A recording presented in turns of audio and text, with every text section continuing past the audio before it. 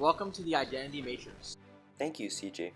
Today we will be giving the competition overview, outlining some design tools before explaining our final design and conceptual designs.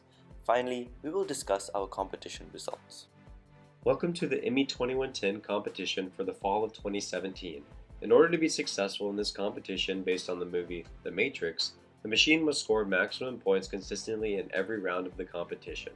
There are four main ways to score points: repel sentinels completely out of the home zone, collect up to 8 programming modules, place up to 4 pills in the red zone of the Matrix, spinning at a rate of 5 to 12 rotations a minute, and rescue Morpheus from the center of the Matrix, initially surrounded by a shield.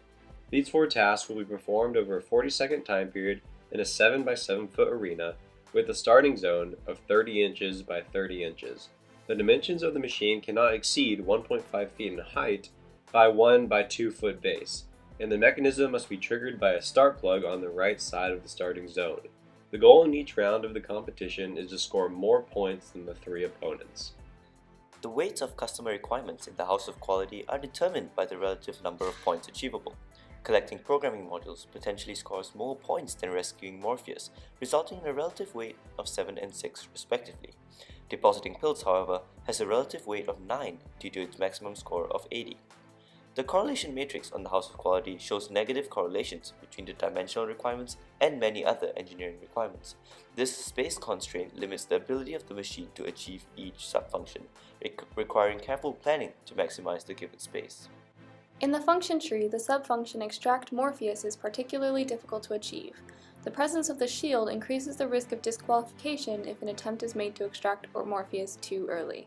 Further, the success of this function is highly dependent on the performance of other teams and may not be prioritized in the final machine design. One of the difficult specifications to achieve from the specification sheet is for the materials used to last at least 50 cycles of deployment without fatigue failure. Budget constraints limit the quality of materials that can be utilized, while time constraints hinder more robust construction methods. Furthermore, the fatigue effects are inconsistent, as some opponents might cause more strain on the mechanisms than others. The row reducer was chosen as the final design and is expected to score 122 points in each round of the competition. It contains 4 main subsystems: sweeping arms to collect programming modules, a solenoid-activated gravity tube to deposit pills, an L bracket on a wheeled arm to remove sentinels, and a motor-actuated trapping mechanism to rescue Morpheus. Upon deployment, the sweeping arms are pushed forward by a pneumatic actuator. They are then swept back by a second pneumatic actuator, allowing it to collect programming modules securely and reliably. The target is to collect 6 out of 8 programming modules in each round. The pneumatic actuator that pushes the arms forward also retracts a pin that allows the drawer slides to slide forward. A laser cut bumper rests on the spinning matrix securely, preventing sudden jerks on the mechanism. Once extended, a roller switch detects an upcoming red zone beacon, causing the solenoid to retract the pin and drop pills into the red zone. This is repeated for the second red zone, allowing the row reducer to score 80 points consistently in every round. A motor and spool is used to egress out of the EMP blast zone to double the pill score.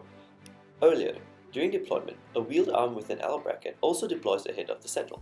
This mechanism removes the sentinel during egress by moving it into Zion. The rescue Morpheus function includes a trap that utilizes zip-tie tails.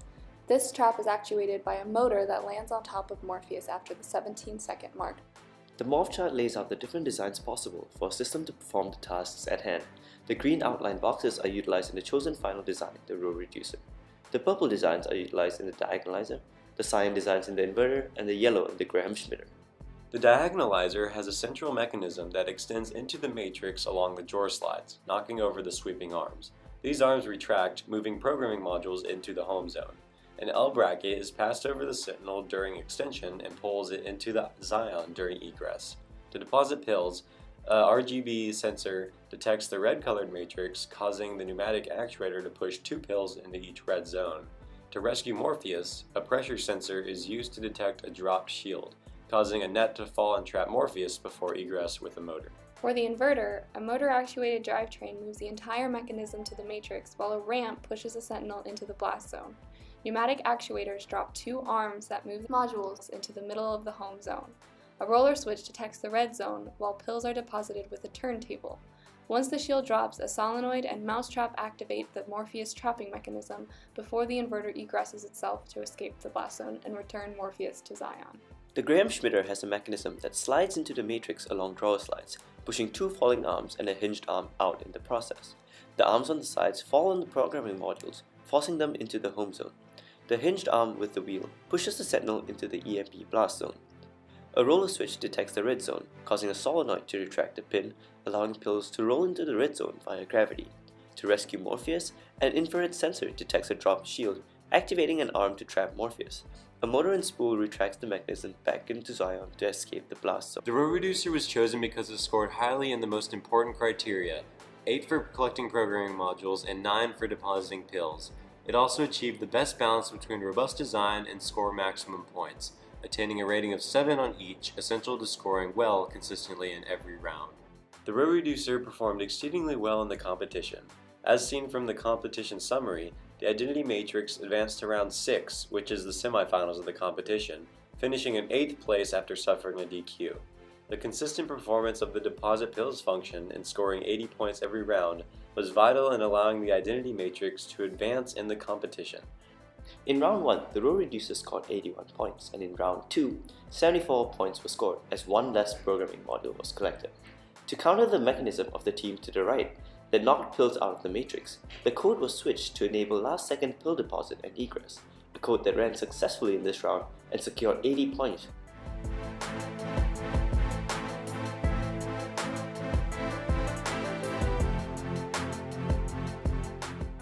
In round 5, the target score of 122 points was finally achieved. Pills were deposited correctly, 6 programming modules were collected, and the Sentinel was successfully removed. In this round, the advantages of the sweeping arm were clear to see, as it allowed us to sweep underneath the opponent's arm successfully. Hello, darkness, my old friend. In round 6, the code was changed for the same reason as in round 2, to prevent pills from being knocked out. However, this decision backfired, resulting in disqualification as the machine did not trigger due to an unsuccessful code deployment. Some problems that we encountered were that switching between the codes proved to be a risky and stressful task. Instead, using multiple MyRios with pre-deployed and pre-tested code could have been considered instead. Next, the Sentinel removal mechanism proved to be inconsistent due to the varying friction between the track and the Sentinel. Lifting the Sentinel off the ground would overcome this and provide a more reliable mechanism. Lastly, the blocking of one arm could often prevent the second arm from retracting, even though the modules were uncontested. A shear pin on the string could cause one arm to disengage, allowing the second arm to be retracted successfully, increasing the average programming module score.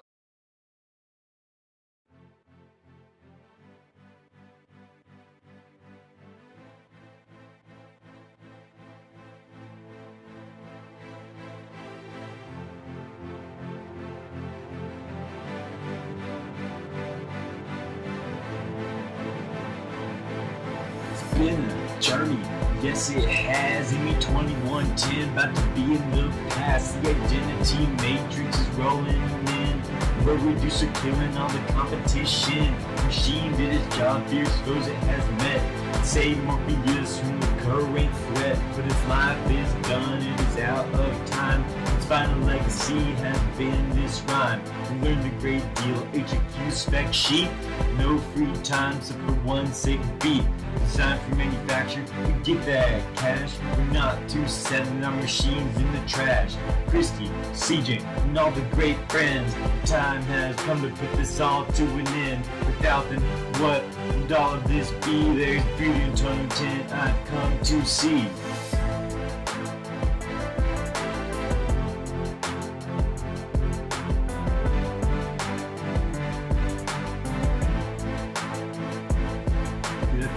Dr. Curtis, class always said, no, my MDC, I can sleep in my bed. Y'all night is over, we finally finished. Cause when GPA seems to have really diminished. We came, we saw, we conquered them all. Ain't gonna be in a better class come next fall. About to end this journey with a killer rendition. To spit this hot fire is a final mission.